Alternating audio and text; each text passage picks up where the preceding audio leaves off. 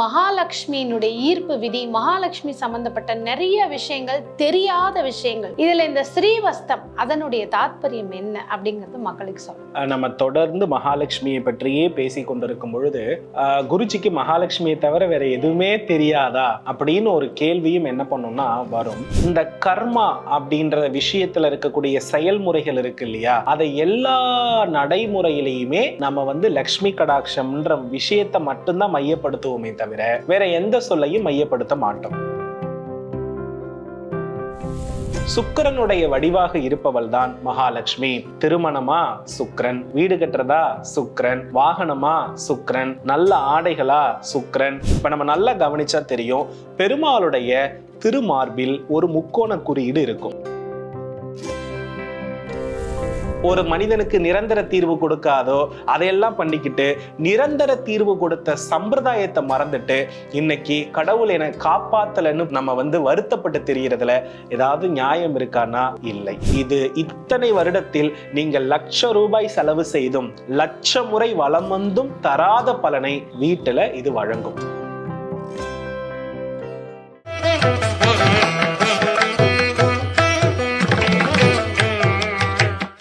குருஜி வணக்கம்.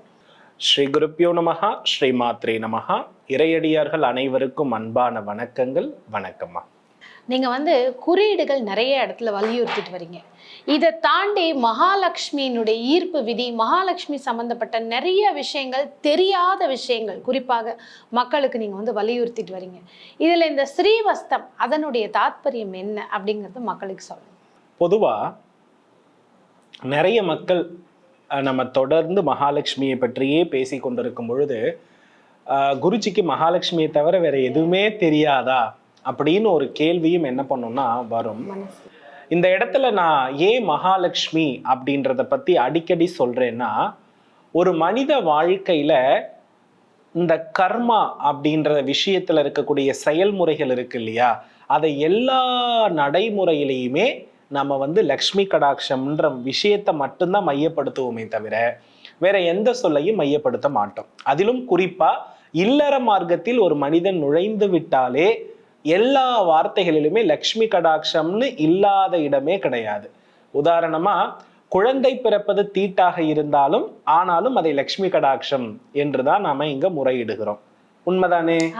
இப்ப ஒருவருடைய மரண தருவாயில் கூட அவரிடம் இருந்து பூரண கும்பத்தை முறையாக பெற்றுக்கொள்ளுங்கள் அப்படின்னு ஒருவர் மரணித்து இடுகாடு செல்வதற்கு முன்பாக கூட அவர்கிட்ட இருந்து நம்ம என்ன செய்கிறோம் அப்படின்னா ஸ்ரீதேவியை பெற்றுக்கொள்கிறோம். விளக்கின் வடிவாக, கும்பத்தின் வடிவாக, சாணத்தின் வடிவாகன்னு இறப்பில் கூட நம்ம முன்னோர்கள் என்ன பண்ணியிருக்காங்கன்னா மகாலட்சுமியை முன்னிறுத்திருக்கிறாங்க. இன்னும் ஒரு படி மேல போனா, எங்க ஊர் பக்கம்லாம் ஒரு பசு இறந்தால் கூட அதனுடைய அந்த கொழும்பில் சாணத்தை வைத்து பதித்து அதை வீட்டில் வைப்பார்கள். காரணம் என்னென்றால் செல்வம் பெருகும், விருத்தியாகும் என்றதினுடைய நம்பிக்கை. அப்போ எல்லா விஷயத்திலுமே ஒரு புதிய ஆடை வாங்குறதாக இருந்தாலும் லக்ஷ்மி, மஞ்சள் வைக்கப்படுகிறது. நம்ம வீட்டுல ஒரு பெண் ருதுவாகிறதுன்றதும் லக்ஷ்மி, பூப்பெய்திய விழா நடத்துகிறோம். இப்படி லக்ஷ்மி கடாட்சம் இல்லாத இடம் ஏதாவது ஒண்ணு இருக்கிறதா? இல்லை. அப்போ ஒரு அந்தப்புறம் அப்படின்ற வாழ்க்கையில நாம இருக்கிறோம் அப்படின்னா கண்டிப்பா நமக்கு என்ன தேவை? இந்த லக்ஷ்மி அருள் முழுமையாக தேவை. அப்போ இந்த இடத்துல சுக்கிரன் தான் களத்திர காரகன். சுக்கிரனுடைய வடிவாக இருப்பவள் தான் மகாலட்சுமி. திருமணமா சுக்கிரன், வீடு கட்டுறதா சுக்கிரன், வாகனமா சுக்கிரன், நல்ல ஆடைகளா சுக்கிரன், நல்ல நகைகளா சுக்கிரன். இப்படி மனிதனுடைய இறுதி நிலை வரையிலும் இந்த பூமியில இல்லற மார்க்கத்திற்கு தேவையான கிரகமாக யாரு வருகிறார்? சுக்கிரனே இருக்கிறார். ஒரு ஆலயத்தில் கும்பாபிஷேகம் முதற்கொண்டு இந்த அம்பிகையின் அருள் இல்லாமல் நடத்தப்படுவது கிடையாது. அப்போ நம்ம என்ன புரிஞ்சுக்கணும்னா, அந்த காலகட்டத்துல நம்ம முன்னோர்கள் நம்ம வீட்டை பராமரிச்சதுக்கும் இப்ப நாம கொண்டுட்டு போயிட்டு இருக்கிறதுக்கும் நிறைய வித்தியாசங்கள் இருக்கிறது. அந்த காலத்தை இல்லறத்தை கரெக்டா இல்லறமா நடத்தினாங்க, ஆலயத்தை சரியா ஆலயமாக நடத்தினாங்க. இப்ப என்ன ஆகுதுன்னா, வீட்டுக்குள்ள ஆலயம் வந்துருச்சு, கோவில் போறது குறைஞ்சிருச்சு.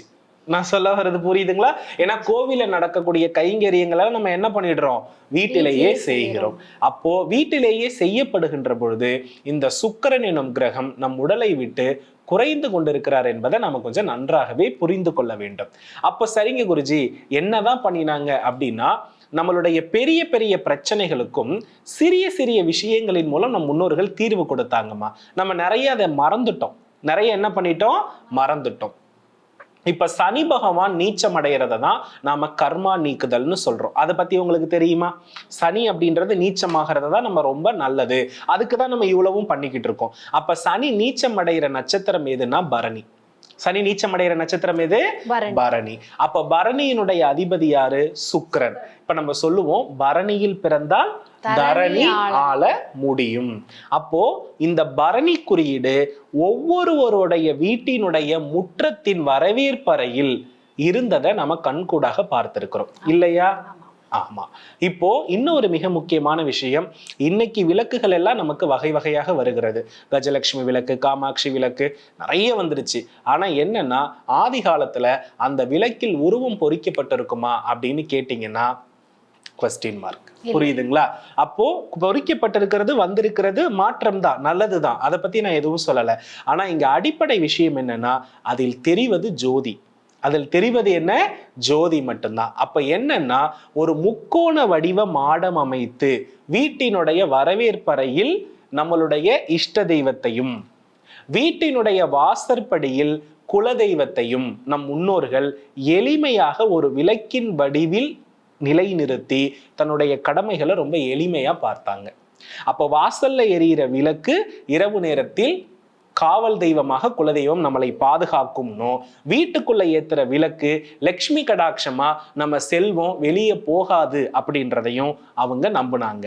இந்த ரெண்டு செயலாலையுமே அவங்களுக்கு என்ன ஆகிடுது அப்படின்னா, கர்மாவில பெரிய அவங்களுக்கு பிரச்சனை இல்லாம இதன் மூலமே செயல்படுத்தியதை நம்ம கண்கூடாக பார்க்கலாம். இந்த அமைப்புக்கு ஏதாவது ஆதாரம் இருக்கிறாங்களையா? தாராளமா பரணி குறியீடு என்பது ஒரு மிக முக்கியமான ஆதாரம். இதைத்தான் நம்மளுடைய முன்னோர்கள் ஸ்ரீவஸ்தமாக பாவித்தார்கள். ஸ்ரீ என்றால் மகாலட்சுமி, வஸ்தம் என்றால் வசிப்பிடம். இப்ப நம்ம நல்லா கவனிச்சா தெரியும், பெருமாளுடைய திருமார்பில் ஒரு முக்கோண குறியீடு இருக்கும். நீங்க பார்த்திருக்கீங்களா? அந்த முக்கோண குறியீடு உணர்த்துவதுதான் ஸ்ரீவஸ்தம். இன்னைக்கும் நம்மளுடைய முன்னோர்கள்ல நிறைய பேர் வீட்டுல இன்னைக்கு நிறைய படங்கள் இருக்கு, ஆனா அன்னைக்கு என்ன ஃபாலோ பண்ணுவாங்கன்னா, மஞ்சள் இருக்கு இல்லையா, மஞ்சளால ஒரு முக்கோணம் மட்டும் வரைவாங்க. சரிங்களா? அந்த வரைஞ்சி அதுல அவங்களுக்கு தெரிஞ்ச மாதிரி ஒரு டிசைன் போடுவாங்க. ஆனா அது என்ன எப்படி எல்லாம் தெரியாது. அவங்க என்ன பண்ணுவாங்கன்னா, சுவர்ல ஒரு முக்கோணம் மட்டும் வரைந்து அதுக்கு மஞ்சள் குங்குமம் வைத்து அதற்கு முன்பு கஜலட்சுமி தீபமோ அல்லது ஒரு மண் விளக்கோ என்ன பண்ணுவாங்கன்னா ஏற்றி வைத்து அதுலதான் எல்லா படையிலுமே போடுவாங்க. அப்ப என்னன்னா, இந்த முக்கோணம் வடிவம்னு ஒண்ணு வருது பாத்தீங்களா, அதுதான் மகாலட்சுமியினுடைய உறைவிடமாக நமக்கு நெடுகாலமாக வழிபாட்டு முறையில் இருந்திருக்கிறது. ஒண்ணு முக்கோணம், இன்னும் ஒண்ணு முகம் பார்க்கிற கண்ணாடி. இந்த முகம் பார்க்கிற கண்ணாடி மகாலட்சுமியா சொன்னாங்க. முக்கோண வடிவத்தை நமக்கு என்ன பண்ணாங்கன்னா, நார்மலா லட்சுமியினுடைய இருப்பிடமாக சொன்னார்கள். அப்போ நீங்க நல்லா கவனிச்சு பார்க்கணும், இதற்கு ஆதாரம் ஏதாவது இருக்கா குருஜி? இருக்கு. காரைக்குடி பக்கத்துல நம்மளுடைய ஆதி காலத்துல பெரிய வைசியர்கள் காரைக்குடி பக்கமா இருந்ததாக தான் நம்பப்படுது. ஏன்னா இன்னைக்கு வீடுகளுக்கு மாறல்னா அங்கதான் போகணும். புரியுதுங்களா? ஆர்கிடெக்டுக்கு நம்ம என்ன பண்ணி ஆகணும்? அங்கதான் போகணும். அந்த மக்கள் கிட்ட ஒரு 100 வருஷத்துக்கு பின்னாடி உங்க வீட்டுல என்னங்க வழிபாடு பண்ணினீங்க அப்படின்னு நீங்க கேட்டீங்கன்னா, அவங்க சொல்ற ஒரே பதில், எங்க வீட்டில் நாங்கள் கண்ணாடியை மட்டும் வைத்துதான் வழிபட்டோம்.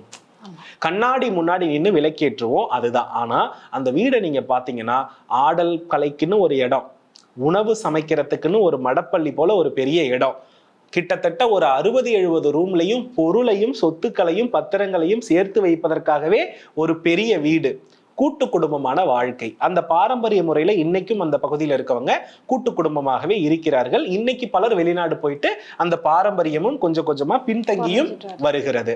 அப்ப இதுல இருந்து நம்ம என்ன தெரிஞ்சுக்கணும்னா, சனியை நீச்சப்படுத்துறது இந்த முக்கோண வடிவ விளக்கு மாடம், அதில் உள் எரியக்கூடிய விளக்கு நெய் நல்லெண்ணெய் இது மாதிரிதான் ஊற்றி எரிய வைப்பாங்க. அது மகாலட்சுமி என்பதை நம்ம மறந்துட்டு இருக்கும் இடம் விட்டு இல்லாத இடம் தேடி எங்கெங்கோ நம்ம என்ன பண்ணிக்கிட்டு இருக்கோம், அலைந்து கொண்டிருக்கிறோம். இன்னும் ஒரு மிக முக்கியமான விஷயத்த சொல்றேன். எல்லா விதமான தெய்வங்களுக்கும் அஷ்டமங்கலம் இருக்கிறது. அஷ்டமங்கல குறியீடுனே ஒண்ணு இருக்கிறது. நீங்க கோவில்கள்ல இப்போ சமயபுரம் மாரியம்மன் கோவில், சிவபெருமான் கோவில்ல அவங்களுடைய திருவிழா காலங்கள் தொடங்கும். கும்பாபிஷேகங்கள் தொடங்கும் பொழுது ஆலய கொடி மரத்துல ஒரு கொடி ஏற்றுவார்கள். அந்த கொடியில அந்த மங்கள குறியீடுகள் அத்தனையும் பொறிக்கப்பட்டிருக்கும். அதெல்லாம் யாருமே பார்க்க மாட்டாங்க. கொடி ஏத்துறதை மட்டும் கும்பிட்டுட்டு எனக்கு கடன் தீர்ந்தா போதும்னு நினைப்பாங்களே தவிர அதுல இருக்கிறது என்னன்றதை யாருமே கவனிக்கவே மாட்டாங்க. ஒவ்வொரு தெய்வத்திற்கும் அஷ்டமங்கல குறியீடு இருக்கிறது. விநாயகருக்கு ஒரு அஷ்டமங்கலம், சிவபெருமானுக்கு ஒரு அஷ்டமங்கலம், மகாலட்சுமிக்கு ஒரு அஷ்டமங்கலம்னு இருக்கிறது. ஆனா எல்லா தெய்வங்களுக்கும் பொதுவாக இருப்பது இந்த ஸ்ரீவஸ்தம் என்று சொல்லக்கூடிய மகாலட்சுமி குறியீடு. இது இல்லைன்னாலே அங்க அவங்க அந்த பூஜை பூர்த்தி அடையாது. எல்லா தெய்வங்களுக்குமே இது உண்டு. அதுல கண்ணாடி மிக முக்கியமான ஒரு விஷயம். அப்ப நீங்க நல்லா கவனிச்சு பாத்தீங்கன்னா இதுதான் அந்த ஸ்ரீவஸ்தம். இதுல நீங்க கவனிச்சு பாத்தீங்கன்னா முக்கோண வடிவம் இருக்கும். நடுவுல என்ன இருக்குன்னா அம்பாள் பொறிக்கப்பட்டிருக்கு. இதுல பாத்தீங்க அப்படின்னா இதுல தெளிவா கொடுத்திருக்காங்க. ஆனா ஆதிகால ஸ்ரீவஸ்தம் பாத்தீங்க அப்படின்னா எப்படி இருக்குன்னா ஒரு தாமரை பூல ஒரு உருவமற்ற தன்மையில அம்பாள் இருக்கிற மாதிரி நமக்கு என்ன பண்ணும்னா காட்சி கொடுக்கிற மாதிரி இருக்கும். அப்போ இதுல நீங்க நல்லா புரிஞ்சுக்கணும், இந்த ஒரு விஷயத்தை தான் நம்ம வீட்டு விளக்கு மாட சொல்லுது. ஆமா, புரியுதுங்களா? அப்போ இதை நாம இன்னைக்கு என்ன பண்ணிட்டோம், இழந்துட்டோம். நீங்க நல்லா கவனிச்சு பாருங்க. இந்த அம்பாள் எல்லா வீட்டினுடைய வாயிலிலும் காட்சி கொடுக்கிறாள். இன்னும் ஒண்ணு, நீங்க சிவாலயம் போய் பாருங்க, கர்ப்ப கிரகத்துக்கு முன்னாடி பாருங்க, இந்த முக்கோண வடிவ குறியீடு இருக்கும். தெப்பக்குளம் போங்க, தெப்பக்குளத்துல பாதி தீப திருவிழா, தெப்ப திருவிழா இதுல விளக்கேற்றாமல் நடக்காது. தெப்பத்தில் விளக்கேற்றி விடக்கூடிய வழிபாடு எல்லாம் நம் முன்னோர்கள் இடத்துல இருந்தது. இன்னைக்கு திருநள்ளாறு வளர்ந்துருச்சு. ஆனா அவருடைய தாக்கத்தை குறைக்கிற இந்த தெப்பத்தில் இருக்கிற விளக்கு மாடமும், கர்ப்ப கிரகத்தில் இருக்கிற விளக்கு மாடமும், வீட்டுல இருக்கிற விளக்கு மாடத்தையும் மறந்துட்டு திருநள்ளாறுக்கு 8 வாரம் போலாமா, 10 வாரம் போலாமா, என்ன அபிஷேகம் பண்ணணும்னு எதையெல்லாம் ஒரு மனிதனுக்கு நிரந்தர தீர்வு கொடுக்காதோ அதையெல்லாம் பண்ணிக்கிட்டு நிரந்தர தீர்வு கொடுத்த சம்பிரதாயத்தை மறந்துட்டு இன்னைக்கு கடவுள் என காப்பாத்தலன்னு நம்ம வருத்தப்பட்டு தெரியறதுல ஏதாவது நியாயம் இருக்கானா? இல்லை.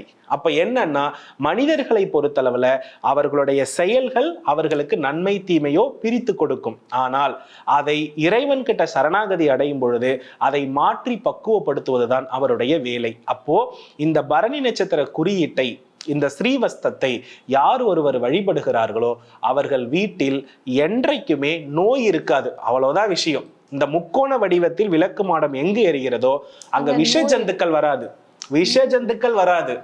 தேலும் பாம்பும் எதுவுமே என்ன பண்ணாது, இதோடைய தன்மைக்கு வராது. இததான் முன்னோர்கள்லாம் சொல்லுவாங்க. ஏன் பாட்டி விளக்கு மாடத்துல விளக்கேத்துறீங்க, நைட் ஆச்சுன்னா பாம்பு தேல் எல்லாம் வராதுப்பா, இதை பார்த்து அப்படின்னு சொல்லுவாங்க. அப்ப என்னன்னா, நீங்க உங்க வீட்டுல 1000 படங்கள் வைத்து அலங்காரம் செய்வதற்கு முன்பாக இந்த விளக்கு மாட குடியை வைத்து ஒரு விளக்கு ஏற்றி வழிபட்டு பாருங்க. அதுல இருக்கிற நிம்மதி இருக்கு இல்லையா, அதுல இருக்க மாற்றம் இருக்கு இல்லையா, இது இத்தனை வருடத்தில் நீங்கள் ₹1,00,000 செலவு செய்தும் 1,00,000 முறை வலம் வந்தும் தராத பலனை வீட்டுல இது வழங்கும். இதுதான் உண்மை.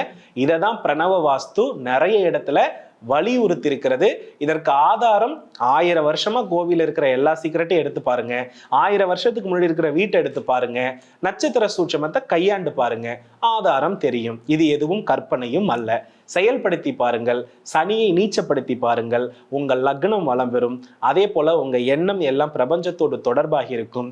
வெற்றி என்பதும் உறுதியாக கிடைக்கும். இதை எப்ப அமைக்கலாம், எப்படி அமைக்கலாம், எந்த நட்சத்திரத்தை அமைக்கலாம், இதெல்லாம் கேள்வியே இல்லை. புரியுதுங்களா? ஜுரம் வரும்பொழுது நேர காலம் பார்த்து ஊசி போடுறது இல்ல. பிரச்சனை இருக்கும் பொழுது எப்ப வேணாலும் நம்ம அமைத்துக் கொள்ளலாம். இதுல எந்த தவறும் இல்லை.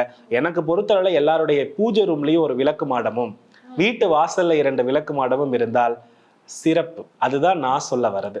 ஓகேவா? இதை ஃபாலோ பண்ணுங்க. நிறைய பேர் கேட்டாங்க, குருஜி உங்க வீட்டுல விளக்கு மாடமே காணும் அப்படின்னு கேட்டாங்க. உண்மை என்னன்னா, நம்ம சனியை நீச்சப்படுத்த நிறைய வழிமுறைகள் செய்யறோம். இது சென்னை வீடு, புரியுதுங்களா? கிராமப்புற வீட்டுல நம்ம கண்டிப்பா அதுக்கும் கும்பகோணம் வீட்டுல ஒரு டூர் போடுவோம். இத சொன்னது எல்லாமே அங்க என்ன பண்றதுன்னா இருக்கிறது.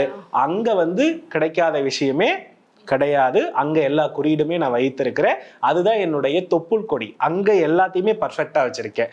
அதனால அதுதான் மக்கள் முதல்ல என்ன பண்ணிக்கணும்னா தெரிந்துக்கணும். நான் சொல்வது என்னிடத்தில் குற்றம் கண்டுபிடிக்கிறதுக்கு இல்ல, நீங்கள் மாறுவதற்காக. இங்க பின்புலத்துல என்ன நடக்குதுன்னு யாருக்கு என்ன தெரியும், இங்க எவ்வளவு பூஜை நடக்குதுன்னு யாருக்கு என்ன தெரியும். அதனால இதெல்லாம் ஃபாலோ பண்ணுங்க, நிச்சயமா நல்லா இருப்பீங்க. கண்டிப்பா குருஜி. அதே மாதிரி ஒவ்வொரு முறையும் திருவருள் டிவிலேருந்து நாங்கள் உங்களை தேடி வரும்பொழுது எங்களுக்கே அந்த வைப்ரேஷன்ஸ் ஃபீல் ஆகுது. எங்களுடைய வளர்ச்சிங்கிறது உங்கள் மூலமாக இருக்குங்கிறத இந்த தருணத்தில் நாங்கள் சொல்லிக்க விரும்புகிறோம். அதே மாதிரி குருஜி பின்பற்றி சொல்கிற ஒவ்வொரு விஷயமே அவர் அனுபவபூர்வமாக அதை உணர்ந்து அனுபவித்து அதன் மூலமாக ஜெயிச்ச விஷயத்தை தான் மக்களுக்கு சொல்கிறாங்களே தவிர வேற எதையுமே சொல்கிறது கிடையாது. அதனால குருஜியை நம்ம கமெண்ட் பண்ணுறதை விட்டுட்டு அவருடைய செயல்களை ஃபாலோ பண்ணாலே நிச்சயமாக ஜெயிக்கலாம்.